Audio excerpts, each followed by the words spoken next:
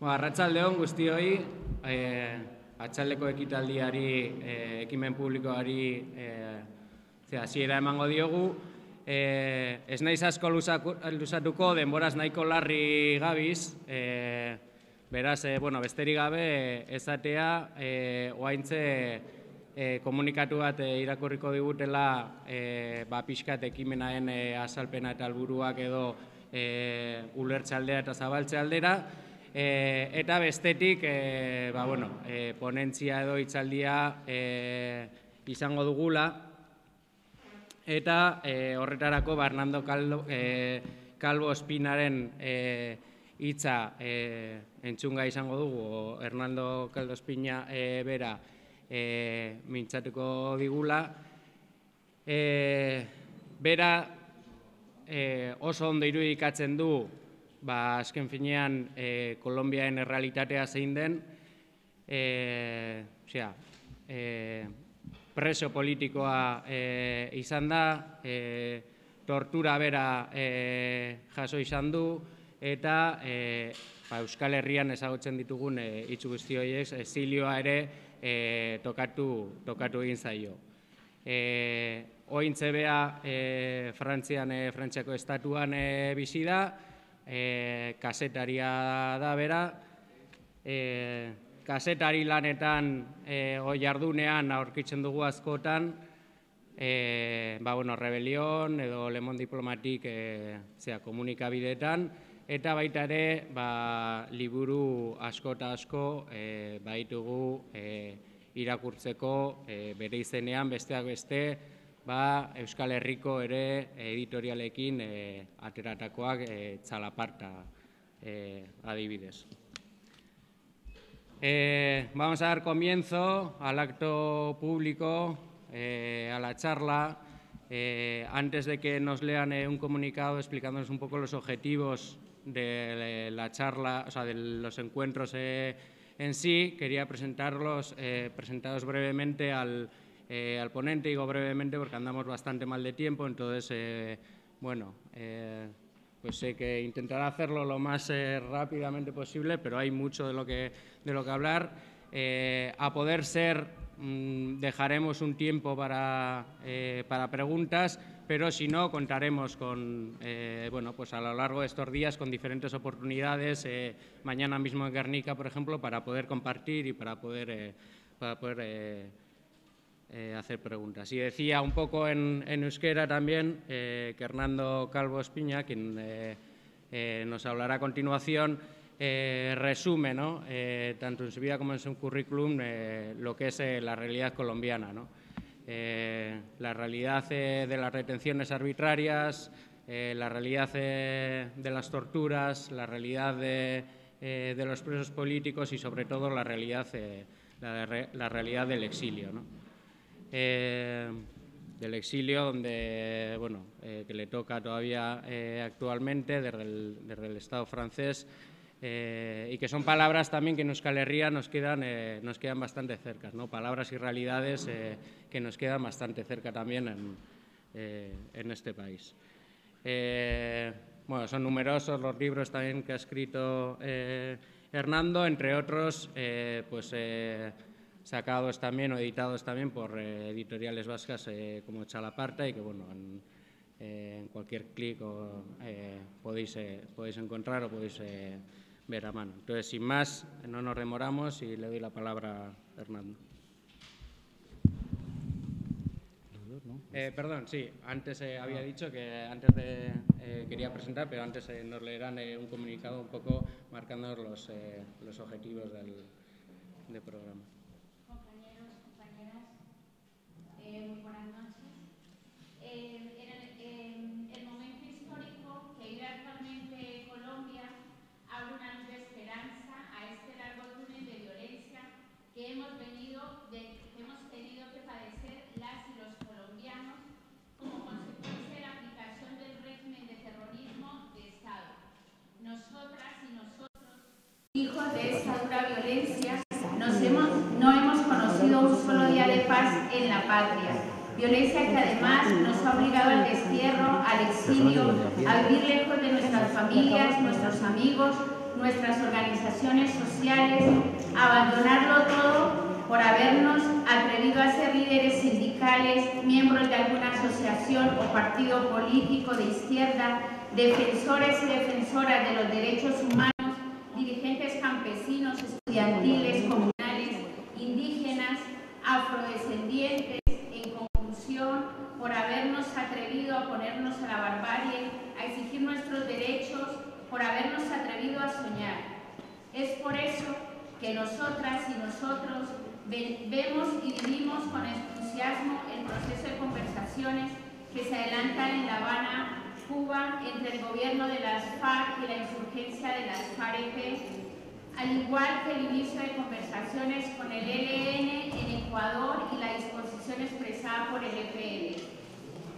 El punto quinto sobre víctimas, contemplado en el Acuerdo General para la Terminación del Conflicto y la construcción de una paz estable y duradera, nos ha convocado.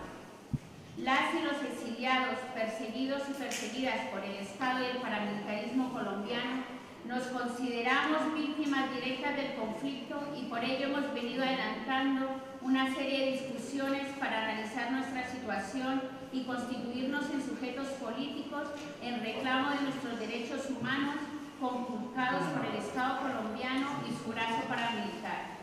Es así como el día 13 de septiembre de 2014 en París, Francia, en el marco de la Fiesta de la Humanité, se realizó el primer encuentro de exiliadas y exiliados perseguidos por el Estado y el paramilitarismo colombiano. Este encuentro evidenció la necesidad de ampliar la articulación del trabajo y las expresiones organizativas de las y los colombianos exiliados en el exterior, teniendo como premisa una visión amplia, unitaria y democrática.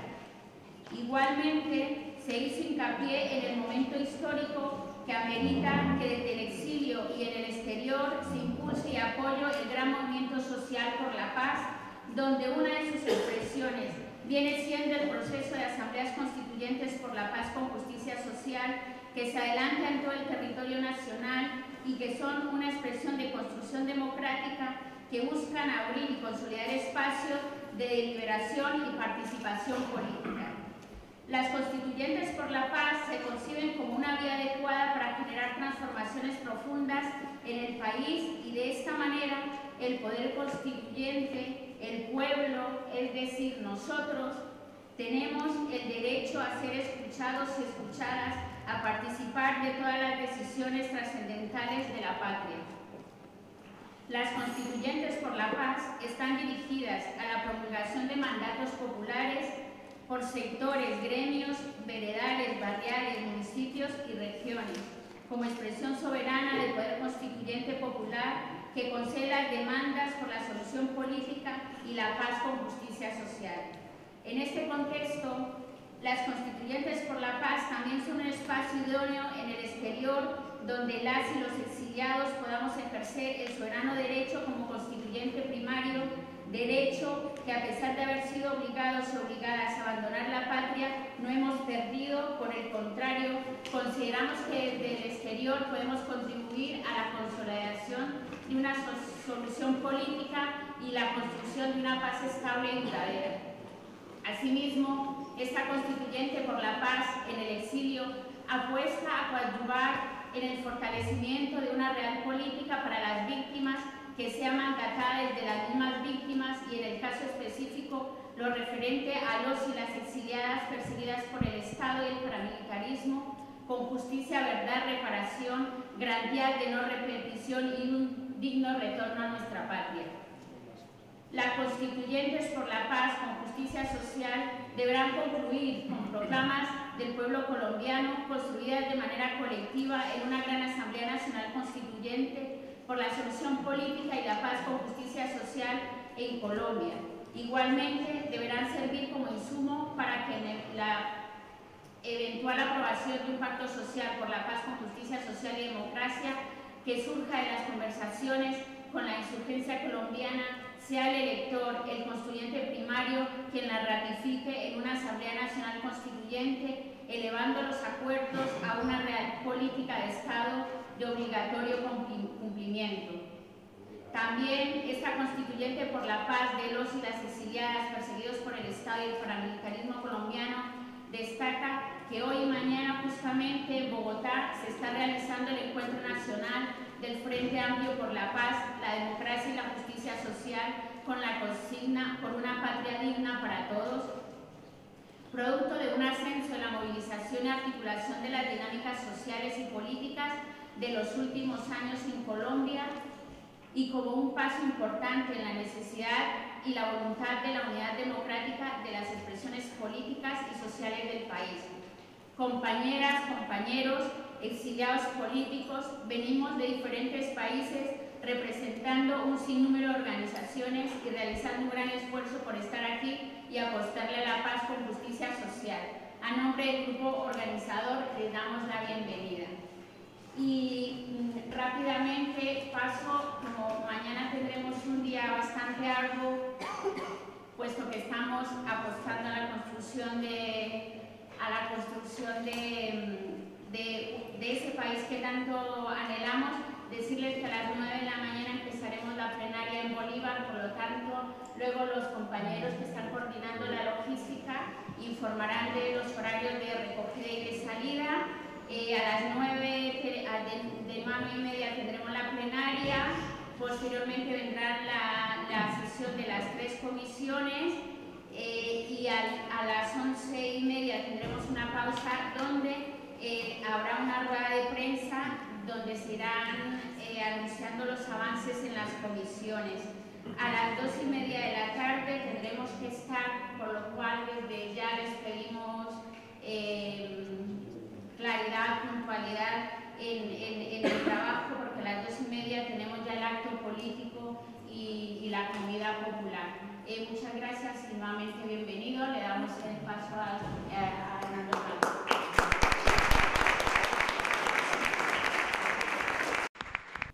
Repito que esto se complicó un poco por culpa del tiempo. No era que como colombiano tendría previsto 4 o 5 horas para hablar, pero casi. Porque además iba a tocar el tema sobre el terrorismo de Estado, de cómo llegamos donde estamos, para hablar de la problemática central que se me pidió acerca de del espionaje del Estado colombiano. Hay que hablar de por qué el Estado colombiano ha estado espiando y sobre todo de qué manera ha estado espiando. Pero como no tengo sino 40 minutos, entonces lo que va a tocar es que correr, ¿no? Sin contar anécdotas, sin contar chistes, que siempre estoy contándolo. Ahora voy a tratar de ser lo más serio posible para poder que me rinda el tiempo. Yo creo que hay que de todas maneras tener en cuenta algunas fechas importantes en el proceso de movilización social en Colombia, así como de todo este proceso de represión del Estado colombiano. Porque esto no nació ayer, tampoco nació con el Estatuto de Seguridad de Turbay y Ayala, para los que conocen de esto. No, esto nació en 1928, repito, 1928, con la ley heroica que organizó y armó como hasta el día de hoy los renegados de aquella primera izquierda de 1928. Era un ministro de la Defensa que se llamaba ministro de Guerra, que hizo la primera ley heroica, que se puede decir que la primera ley contrainsurgente que se dictó en el país, cuando en ese momento ni siquiera se imaginaba uno que podía existir algún día insurgencia en el país. ¿Qué hago? ¿Me retiro? Ya. En esta ley heroica de 1928 por primera vez se habló de subversión y por primera vez se habló de comunismo en Colombia. Repito, 1928. Acababa de ganar Lenin, de conformar el nuevo Estado soviético. Otra fecha que hay que tener en cuenta en Colombia es que en Colombia en 1959, recién que había ganado Fidel Castro, había llegado al poder en Cuba, Colombia fue el primer país en América Latina, no, en el continente americano, que tuvo una escuela contrainsurgente. Algo realmente increíble y para pensar. Claro, ya habíamos tenido las guerrillas liberales, porque antes de las guerrillas de las FARC, del ELN, el EPL, el M-19, existieron guerrillas liberales construidas por el Partido Liberal y que luego el Partido Liberal dejó a un lado. Estoy hablando de que en 1959 nació la contraguerrilla, la Escuela de Contraguerrilla de Tolemaida, cerca de Bogotá, que yo creo que la mayoría de colombianos que están aquí la conocen. No solamente era para formar militares colombianos en contrainsurgencia, sino formar a militares latinoamericanos en contrainsurgencia. Luego nacen, a los pocos años, 2 o 3 años, nace en Panamá la Escuela de las Américas, que ya era una escuela contrainsurgente directamente de los Estados Unidos. Otra cosa, y sobre todo en lo que voy a desarrollar rápidamente también, la cuestión del espionaje, hay algo que ha pasado totalmente desapercibido porque todo el mundo cree que desde su nacimiento fue algo muy bueno, y creo que sí, en alguna medida, en algunos momentos cumplió su papel, que fue la defensa civil. La defensa civil, que nació a comienzos de los 60, fue el primer grupo de contrainsurgencia, cuando ya estaban naciendo las primeras guerrillas liberales y comunistas, cuando ya estaban los primeros embriones de lo que podrían ser las FARC y el ELN, nace la defensa civil para hacer trabajo de entrar dentro de las comunidades y la población y la unidad cívico-militar. Repito, lastimosamente no tengo tiempo para desarrollar esto. Algo tremendamente importante dentro del proceso del terrorismo de Estado en Colombia es la guerra contrainsurgente o la guerra antisandinista en Nicaragua. Ustedes preguntarán también por qué. Y yo creo que sí, algo que ha marcado nuestro país hasta el día de hoy, no solamente a nivel de terrorismo de Estado, es la guerra antisandinista en Nicaragua. ¿Por qué? Porque en ese momento Reagan declaró que Nicaragua era el principal problema de seguridad de su país, cuando en Nicaragua escasamente había una escalera eléctrica que no servía, debido a toda la guerra que hubo. Pero Reagan tuvo miedo del mal ejemplo, porque los sistemas siempre tienen miedo al mal ejemplo, no tiene miedo ni al comunismo, no tiene miedo al socialismo, tiene miedo al mal ejemplo, y Nicaragua había demostrado que podía dar educación y salud, a pesar de la pobreza. Como el gobierno norteamericano, el Congreso norteamericano había prohibido dar dinero para hacer la guerra contra Nicaragua, Reagan y el vicepresidente Bush inventaron, lo que siempre se ha inventado en las guerras contra insurgentes, hacer la financiación ilegal. En Colombia, recuerden ustedes, a fines de los 70 teníamos algunos narcotraficantes, no eran narcotraficantes, algunos pequeños delincuentes, como Pablo Escobar, los Ochoa, y unos más selectos y exclusivos en Cali. Pero estos eran simples delincuentes. Lo que pasa es que se desembarcó la CIA a Colombia y les propuso que ellos le entregaran cocaína, y con esta cocaína que pasaba por El Salvador, pasaba por Honduras, luego terminaba en los aeropuertos de Estados Unidos para, con la venta, financiar la guerra contra insurgente. Es la CIA la que se encarga de dejarnos un problema que hasta el día de hoy tenemos y que del cual el terrorismo de Estado en Colombia se ha servido muy bien para toda su guerra sucia, y es el narcotráfico a gran escala. Quien hizo grandes a los narcotraficantes, a los pequeños delincuentes como Pablo Escobar y los Ochoa y etcétera, fue la CIA norteamericana. No lo digo yo, lo dice un informe que lo presentó en 1986, quien es actualmente el jefe del Departamento de Estado norteamericano, el actual John Kerry.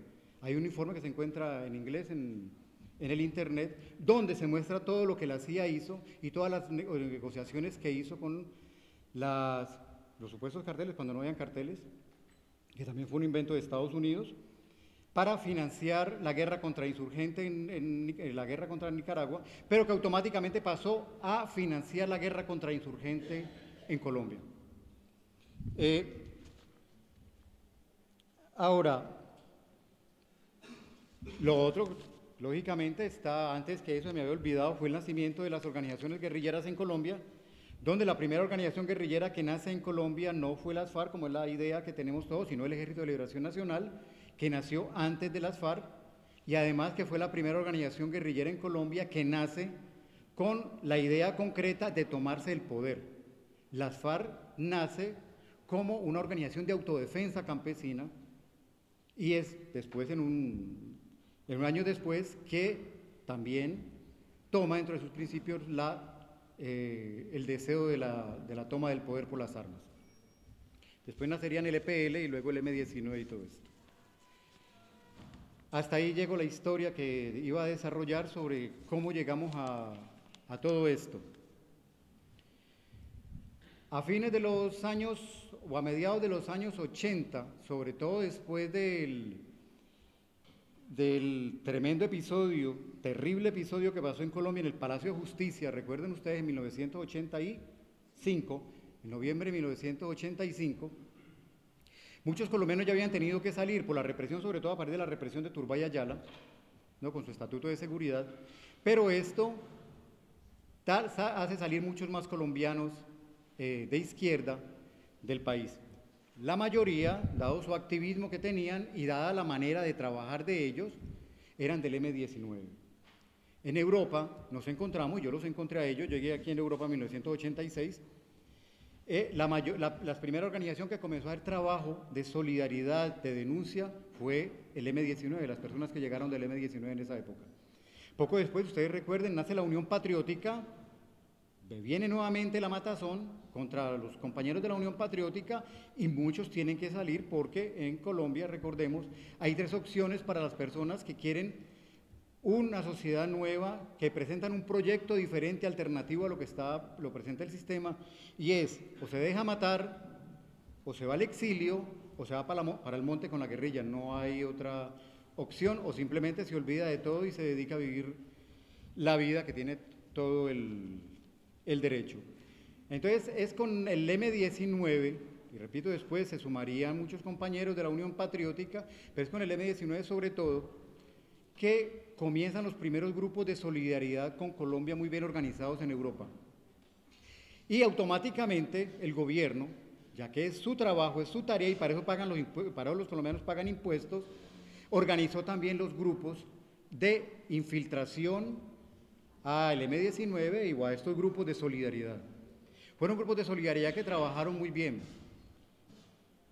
y que muchos trabajos poco a poco se fueron también dañando gracias al trabajo del gobierno colombiano, infiltrando gente, dividiendo los grupos, poniendo a pelear los grupos del M-19 con la Unión Patriótica, luego también con compañeros que salían cercanos al ELN y después también con el EPL.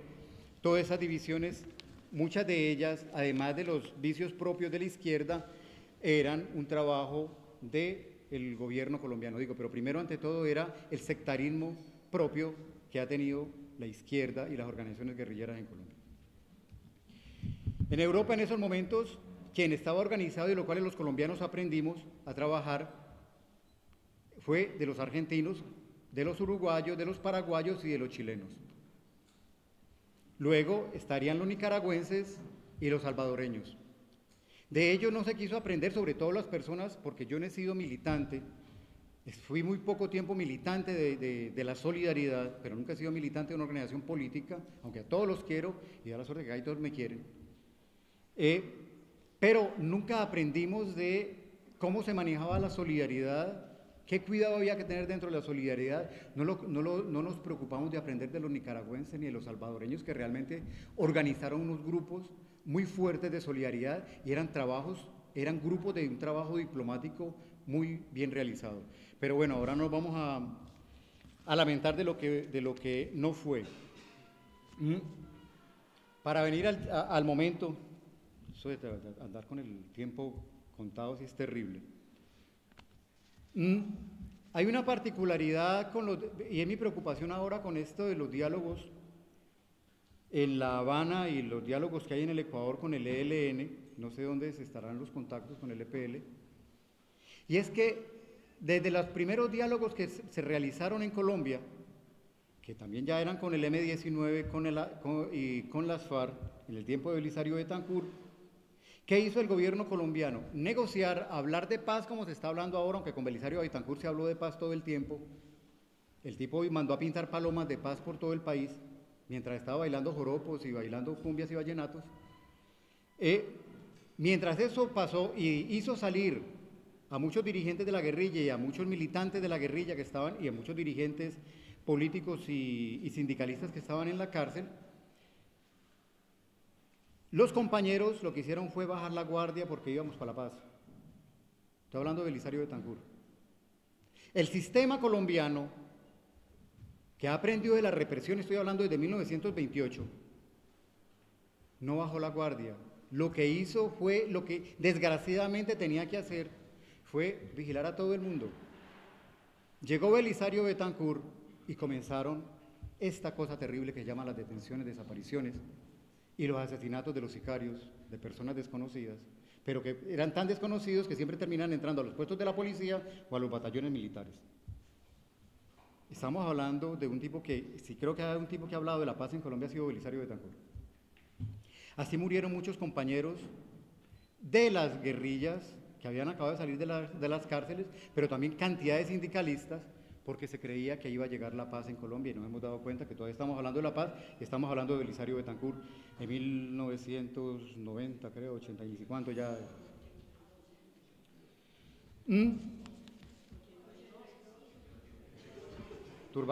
82 comenzó Belisario Betancur. Ha sido una táctica, toda una estrategia del gobierno colombiano, que yo espero que hasta hoy ya se haya aprendido, de todas las negociaciones, los que más trabajan son los servicios de inteligencia. Es lógico. Si yo fuera el Estado colombiano igual lo haría. El problema es que yo espero no tener lo que hacer para tener que martirizar y asesinar como el Estado colombiano está haciendo. Porque yo creo que todos los estados tienen que tener sus sistemas de seguridad y sus aparatos de vigilancia y sus aparatos de espionaje. La diferencia es para qué se utilizan. Esa es la diferencia. Y en el Estado colombiano, para lo que han servido sus sistemas de seguridad, uniformados o no uniformados, pero sobre todo los no uniformados y sus grupos paramilitares, es para matar a los que simplemente quieren que hayan escuelas, hayan hospitales, haya educación y que los campesinos tengan tierra. Porque a esos son los que están matando.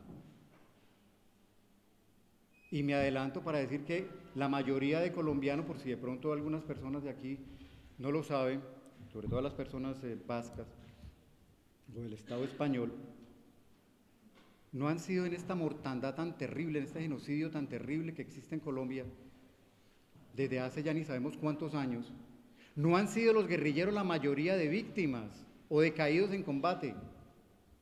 No, son la minoría. Además, los guerrilleros, al fin y al cabo, son guerrilleros. Al fin y al cabo tienen armas, tienen con qué defenderse, y para eso están. Para eso toman un arma, para confrontarse frente a otro aparato militar. No, en Colombia la mayoría de crímenes, el genocidio se ha cometido contra los campesinos, contra los trabajadores, hombres y mujeres.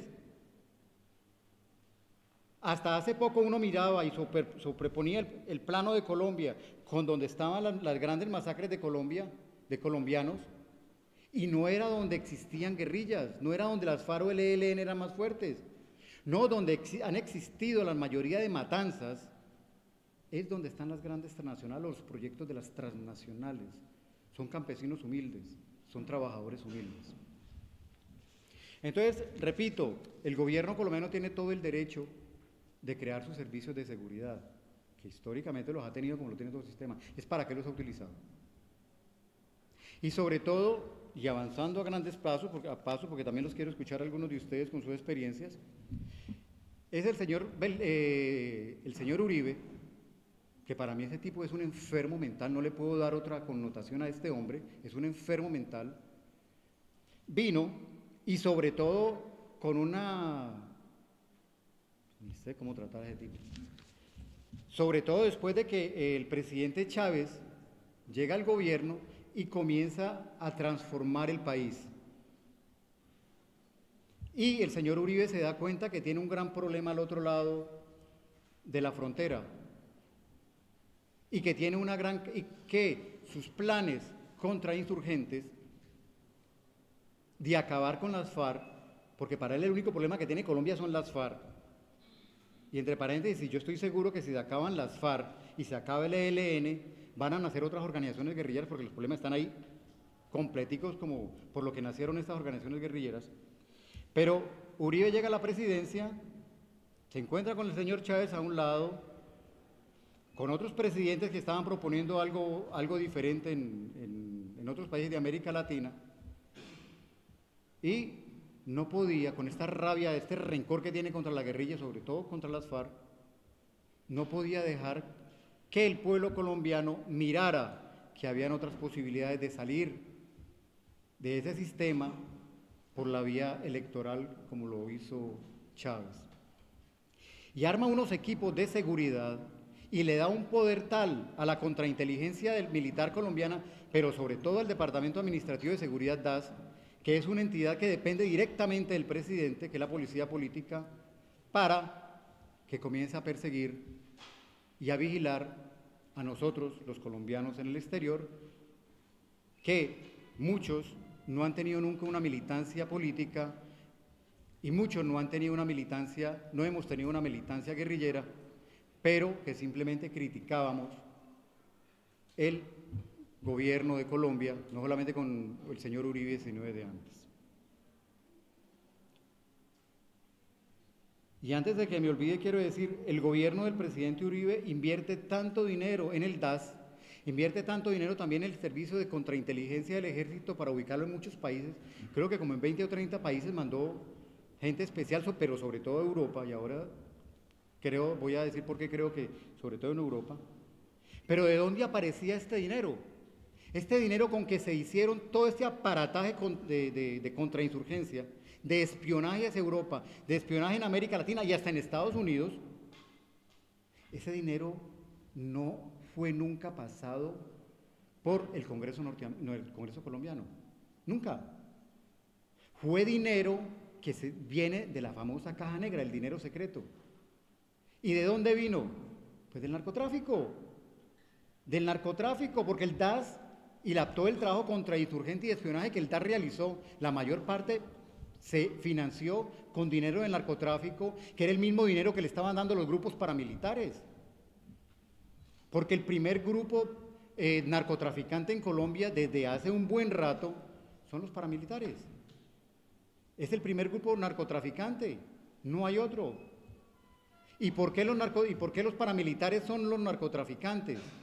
No solo para enriquecerse en ellos mismos, sino porque es que es una manera de financiar la guerra sucia. Porque el presidente de Colombia no puede ir al Congreso a decir necesito este dinero para ir a matar campesinos. Aunque lo han hecho, ¿no? Lo han hecho. Pero además el presidente colombiano Uribe, sobre todo Uribe y todos los anteriores presidentes, no inventaron nada con esto. Eso ya lo hicieron los franceses durante la guerra en el Indochina. Financiar la guerra sucia con el tráfico de opium, que luego lo retomó Estados Unidos en Vietnam.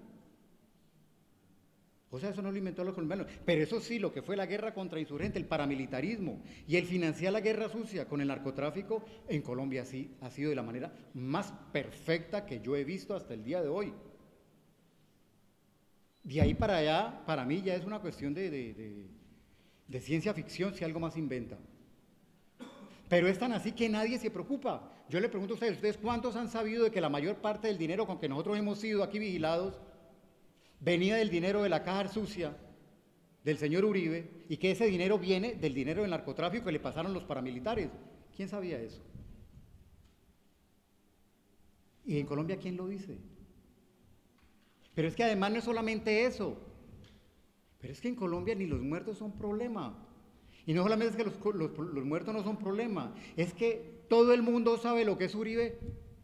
Y ahí sigue Uribe, como yo recostado aquí. Todos sabemos de dónde se financia el paramilitarismo y quién creó el paramilitarismo. El ejército colombiano, el Estado colombiano. Y cada vez que sale que no sé qué general, no sé qué otro general, no sé qué gente del DAS, no sé qué de la policía, estaba mezclado con paramilitares y con narcotraficantes, nos asustamos. Y la prensa se asusta y se echa bendiciones cuando nosotros ya sabemos de que eso ha sido así. Pero en Colombia no pasa nada.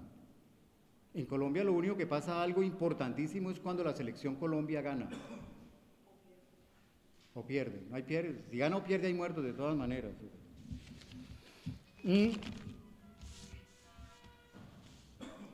Este aparataje de espionaje que formó Álvaro Uribe, que como tal lo formó desde el 2005, y que como tal ubicó en España, en Francia, en Suiza, en Suecia, bueno, en casi todos los países de Europa, ubicó grupos especiales, y no solamente grupos especiales, ubicó grupos con de alta tecnología para interceptar llamadas, interceptar personas, y vaya a ver cuántos de aquí hemos sido interceptados Yo lo puedo decir, yo por ejemplo, pero yo sé que aquí algunos otros compañeros y compañeras lo han sido. Fue todo un aparataje que además no se hubiera podido montar a 100% sin la alcahuetería de España, de Francia, de Suecia y la mayoría de países de Europa. Eso hubiera sido imposible. Y tampoco hubiera sido posible sin el visto bueno de Estados Unidos, porque Colombia no levanta, y sobre todo una cosa de esas, no levanta un dedo ni lo hace sin el visto bueno de Washington, con la tecnología de Israel y la tecnología de Inglaterra. Porque además nosotros siempre estamos señalando a Estados Unidos y con justa razón. Pero la tecnología que nos ha estado vigilando a nosotros durante todo este tiempo y nos está vigilando proviene de la tecnología y de toda la experiencia que Israel tiene a partir de las masacres a los compañeros y compañeras palestinas, al pueblo palestino. Y de Israel a partir de Inglaterra a partir de toda su experiencia contrainsurgente y tecnológica que tiene. Otra cosa es que el papel de Estados Unidos ha sido abrir espacio. Si Colombia necesitaba venirse aquí a España, el gobierno de Uribe necesitaba venirse a implantar España, y el gobierno español le decía, pues no, eso está muy mal hecho. Lo único que hacía el presidente Uribe era tocar la puerta de la embajada norteamericana y decirle, vea, como los niños regañados, allá en España no me quieren dejar montar mi aparato. Y ustedes saben que un telefonazo del embajador de Estados Unidos no solamente abre puertas, sino que abre el cielo. O sea, en este proceso de los servicios de inteligencia colombianos, no solamente tiene responsabilidad Uribe, y también el actual presidente Santos, porque es que todo el mundo le estamos echando el agua sucia al presidente Uribe, y nos olvidamos del presidente Santos, que fue el jefe, que fue el ministro de la Defensa. Y se nos ha olvidado las cuentas, porque a veces como que no somos matemáticos, es que las cosas pasan tan rápidas que se nos olvidan, de que durante los años que él fue el ministro de la Defensa se cometieron una cantidad de masacres, asesinatos, desaparecidos, y etcétera, etcétera, etcétera. Que él fue el que bombardeó a Ecuador, y que fue el que amenazó a Chávez de que cuando le diera la gana también Uribe lo bombardeaba. De suerte, Venezuela es Venezuela, y Chávez le dijo, venga, bombardeame a ver qué va a pasar. Pero quien armó también todo este aparataje, y de que él estaba casi al frente de eso, fue el actual presidente Santos, por el cual muchos de ustedes, me imagino, votaron porque era que escoger entre Santos y Uribe, que para mí es simplemente, como se redefine hace algunos años, entre los liberales y los conservadores, que simplemente los conservadores iban a la misa más temprano que los liberales, pero al fin y al cabo los dos iban a misa. No, y si digo del presidente Santos, no es porque le tenga rabia, porque no le tengo rabia, debería de tenerle. Porque a él se le ocurrió una vez decir en Bogotá, donde no iba a decirlo, que necesitaba la cabeza mía en París. De suerte el gobierno francés del presidente Sarkozy, yo creo que ha sido la única cosa que el presidente Sarkozy hizo por mí, fue decirle que en territorio francés no podía tocar a ninguno de las personas que vivíamos y que estábamos bajo su protección, y yo estoy bajo la protección del gobierno francés. Pero si eso fue capaz de decirlo este señor, donde había una cantidad de personas europeas, y perdonen que no les dé detalles, pero no les puedo dar detalles, imagínense qué podría ser en otras reuniones donde no habían sino colombianos y gente de su gente. Entonces sí, muy bien el presidente, y yo espero, además, que el presidente Santos como que se dé cuenta que más va a ganar su gran oligarquía si hace una negociación con las guerrillas y tiene un país en paz que un país en guerra. El gran susto sucedió en abril de 2010 cuando Juan Gozaín destapó lo de las famosas carpetas y el famoso Plan Colombia y el famosa Operación Colombia, pero si destapó lo que todos sabíamos. Lo único diferente fue que él dio nombres completos. Pero para nosotros ya hubiera sido fácil, era Tim Marín, de quién fue, todos nosotros sabíamos, la mayoría de nosotros sabíamos que nos estaban vigilando porque era tan obvio. Habían compañeros que los fueron a amenazar de frente. Pero además de eso también utilizaron, y valga la pena decirlo, cosas más útiles, cuando el gobierno colombiano de Uribe dio la orden de recoger las 100.000 personas que iban a colaborar al gobierno colombiano para la seguridad en el exterior. Que alguien lo puso de que eran los 100.000 sapos. Sapos en Colombia se llama a los lenguilargos y a los que todo lo cuentan, ¿no? Los chivatos. Eso fue algo muy feo, porque de ahí se hizo realmente una red de espionaje sobre muchos de nosotros. Y donde algunos compañeros que uno creía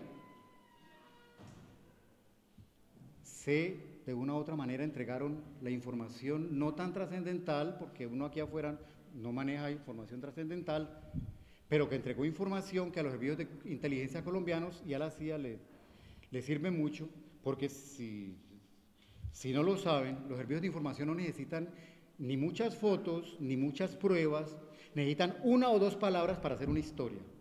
Una o dos palabras comprueban todo lo que ya tienen. Entonces, esas 100.000 personas que comenzaron a proponerse desde las embajadas colombianas, daban pena.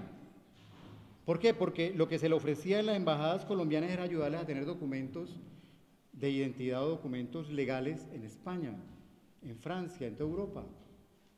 Y ustedes saben muy bien cuánta gente de Colombia, cuántos colombianos aquí no tienen documentos. Y ustedes saben lo que es vivir en Europa sin documentos, no se tiene vida. Si los que tenemos documentos a veces las vemos difícil para sobrevivir, imaginémonos los que no tienen documentos. Entonces fue una cuestión cochinísima que se hizo con muchos residentes colombianos. Además, gente que necesitaba el pasaporte colombiano, con cualquier colombiano, con su cédula de ciudadanía tiene derecho a tener su pasaporte. Pues si quiere tener pasaporte, porque usted no va y habla con fulano de tal a ver qué le cuenta sobre lo tal cosa que está haciendo. Fue una cuestión muy cochina lo que hicieron. Pero además de eso, existieron personas que yo creía compañeros, que hasta por la promesa de que en España, en Francia, en otros países les dieran nacionalidad, también entregaron información no sensible, porque yo creo que yo no sé cuántas personas de aquí manejarán información sensible de las organizaciones guerrilleras en Colombia, pero información que de una u otra manera le puede servir a los servicios de seguridad colombianos y a la CIA, y a los servicios de seguridad europeos. Entonces, por el pasaporte, por la cédula de ciudadanía, para ayudarles a conseguir la estadía por unos meses o por unos años en Europa, por la nacionalidad que le dieran aquí, y otros simplemente porque se entregaron. Otros simplemente porque se entregaron.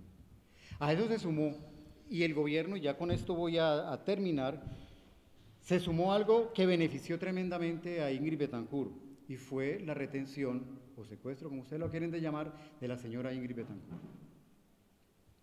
Algo político, algo que manejó muy mal políticamente las FARC, el gobierno colombiano lo manejó a las maravillas,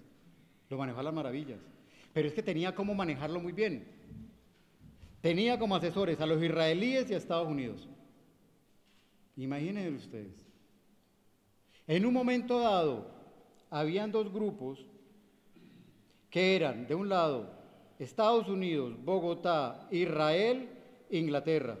Del otro lado estaban las FARC, Venezuela y Francia. Mira, una cosa bastante desproporcionada, ¿no? Y cuando yo digo este grupo, no estoy diciendo que estén trabajando juntos ellos. No, estaban trabajando juntos para que Ingrid Betancourt saliera de allá, porque las FARC, hasta donde yo tengo conocimiento, tenía toda la intención de entregarle a Ingrid Betancourt al presidente Chávez, que el presidente Chávez se le entregara al presidente Sarkozy de la época. Pero, ¿recuerdan ustedes todo el macartismo que se vino atrás de la detención o el secuestro de la señora Ingrid Betancourt? No solamente las FARC siguieron siendo una organización narcotraficante, según la propaganda, sino también una organización terrorista y bastante marcada por tener esta señora retenida. Eso facilitó tanto la cantaleta, que era organización terrorista, como organización narcotraficante. Además de eso, el problema con la señora Ingrid Betancourt le abrió las puertas de una u otra manera a todos los servicios de seguridad, lo que nunca había hecho anteriormente el gobierno colombiano.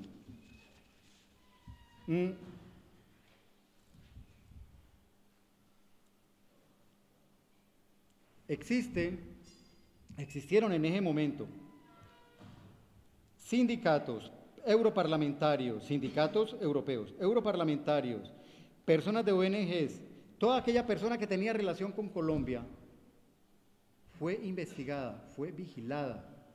Y no solamente eso, ustedes pueden tener seguro que algunos de ustedes, de los que están aquí, Los servicios de seguridad colombianos y la CIA saben hasta cómo ustedes hacen el amor con sus esposas o la novia, lo que les dé la gana. No lo estoy diciendo de chiste, se lo estoy diciendo con toda la franqueza. Pueden estar seguros que ellos saben si se besan, si han tenido amantes, hombres o mujeres, y ténganlo por seguro que hasta cómo hacen el amor con sus esposas. Porque se perfeccionaron de una manera tan increíble, que si ustedes dejaban su computador, como este que está aquí abierto, y se olvidaba de apagarlo, ellos tenían toda la posibilidad de encenderlo y mirar todo lo que había en la habitación de ustedes. Toda. O en la casa de ustedes. Metieron con este caso, el señor Uribe, una tecnología junto con, repito, con los israelíes y los Estados Unidos, que no se había visto antes en los servicios de inteligencia. Bajo el pretexto de recuperar a la señora Ingrid Betancourt, bajo el pretexto de andar atrás de personas que estaban cercanas a organizaciones terroristas y narcotraficantes. Estamos hablando de Uribe, que ya se fue y que esperamos que no vuelva, y que esperamos que termine en un tribunal internacional por crímenes de lesa humanidad y por narcotráfico. Pero la estructura que montó Uribe está intacta, no se ha tocado, está moderna y está ahí. Y eso lo hemos visto en los diálogos de La Habana. Los diálogos de La Habana, todo lo que se habla adentro, lo saben, aunque no está permitido entrar teléfonos ni grabadoras, pero todo lo que hablan los comandantes guerrilleros en las negociaciones, más se demora saberlo Santos por vía directa que saberlo Santos por otro lado, por todos los canales de recepción que tienen en una isla cercana a Cuba. Porque los bolígrafos, estos metálicos, y una cantidad de aparaticos que tienen los negociadores, automáticamente mandan toda esa información a esta isla manejada por Estados Unidos y Estados Unidos automáticamente le está dando al Ministerio, al Ministerio de la Defensa y al presidente. Imagínense, si eso es con ellos, ¿qué serán con nosotros? Ahora, ¿por qué la estructura está ahí? Simplemente ahora se han calmado, esperando qué va a pasar en La Habana, esperando qué va a pasar en Quito. Pero donde las negociaciones se rompan, yo creo que eso va a volver a recomenzar. Y no solamente a recomenzar, es que hay algunos pedidos de nosotros de extradición, que de suerte por la cuestión de que la señora Ingrid Betancourt salió libre y el escándalo este se calmó y llegaron a negociaciones, algunos pedidos de extradición se calmaron. Pero hay algunos de nosotros que están ahí en la lista, estaban listos para la extradición. Ahora la cuestión era que no nos iban a extraditar, porque no tenían con qué. Yo alcancé a saber que a mí me iban a pedir extradición. Y cuando me dijeron, ¿y por qué me van a extraditar? ¿Yo qué he hecho? Todo el mundo sabe cuando yo me reúno con la comandancia, sea del ELN o de las FARC, todo el mundo lo sabe porque lo publico. ¿Qué he hecho? No por lo que el famoso computador del señor Reyes, del comandante Reyes. Y yo dije, ay, ay, ay. Pero cuando cae esto y se hace en público, sí, efectivamente yo estoy mencionado 4 veces, pero estoy mencionado como periodista. Y era un momento en que yo iba a entrar a Colombia para hacer un reportaje sobre Raúl Reyes en esos momentos. Y ahí hay muchos nombres, yo no sé si ustedes no tienen el librito donde aparecen ahí todo el nombre de todo el mundo de los que cayeron en ese bendito computador. Quien tenga una llave yo le regalo el libro ese donde el gobierno colombiano quiso utilizar para extraditar a muchos de los que estamos, algunos de los que estamos aquí. Pero ahora, no era que nos iban a extraditar porque no podían extraditarnos, porque era tan débil las tesis para extraditarnos, pero era para hacer algo que no es peor, pero que sí es muy importante, es meter miedo. Porque asusta a uno, asustas a 100, mata a uno y asustas a 1000. Esa es la teoría de la propaganda. Y con todos los problemas que existieron, con señalar que Fulano de Tal y que Hernando Calvo era de las FARC, entonces pues, estar seguro que mucha gente me dejó de hablar. Gente que éramos amigos, éramos de la casa, que nos habíamos prestado para comprar lentejas para hacer de comer. Cuando comenzó el run run de que Hernando Calvo Espina era de las FARC, mucha gente yo comencé a oler a pesta. Y no solamente yo sé que algunas personas que están aquí, algunos compañeros que están aquí y compañeras, también le sucedió exactamente igual. Y ese es parte del trabajo de los servicios de inteligencia, de la contrainteligencia, es eso, aislar. Si Hernando Calvo está ahí, será por algo. Si Pepito está ahí, será por algo. Y yo no quiero que me vinculen con esa persona, y yo en parte les doy la razón. En parte les doy la razón. Lo que no le doy la razón, y ya ahora sí con esto voy a terminar, porque eso ha sido algo muy peligroso, es que compañeros que todavía trabajan en la solidaridad, y algunos que uno cree intelectuales, comenzaron a decir que fulanito de tal y fulanito de tal y Hernando Calvo Espina eran de las FARC y que por eso no nos invitaban a conferencias. En algunos casos, compañeros, compañeras, señoras y señores, más daño nos hizo a algunos, nuestros propios, los que nosotros creíamos compañeros, que los mismos servicios de la seguridad. Porque a mí más, y algunos de yo sé de los que están aquí, y de las que están aquí, más daño hicieron estos compañeros, o esos ex compañeros y esas ex compañeras, porque para mí lo dejaron de ser. En todo caso, yo lo que sí pienso, y disculpen las carreras con que he tenido que hablar, yo, hombre, primera vez que preparo algo, es que tenemos que continuar.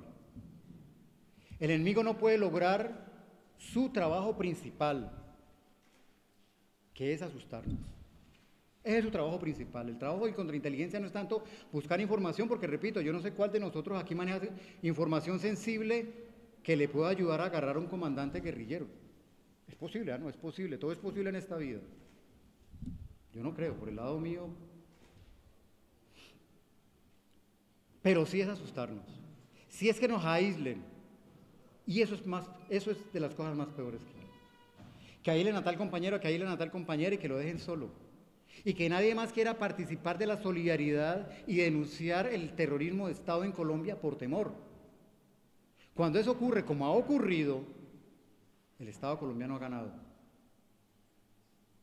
Yo por eso estoy muy contento de ver la cantidad de compañeros y compañeras que están aquí.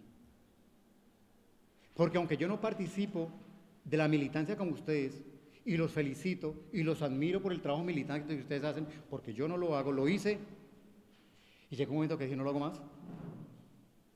A ustedes, de todo mi corazón, les agradezco que me hayan invitado y los admiro tremendamente por ese trabajo que hacen. Y más los admiro porque veo que de nuevamente estamos como saliendo y que nuevamente estamos hablando de unidad.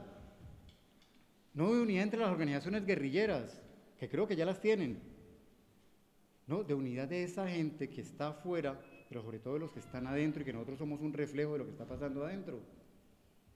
De esa unidad que necesita el pueblo colombiano, de esa unidad de los trabajadores, de los campesinos que nos los tienen acabados, además porque en Colombia ya no necesitan campesinos, todo lo estamos importando, todo el alimento. Estoy feliz de ver desde que llegué la camaradería que hay de todos y de todas. Hacía muchos años no me sentía así. Y les recuerdo que yo desde el 86 comencé a conocer lo que es la solidaridad y el trabajo con Colombia. Compañeros, muchas gracias. Muchas gracias.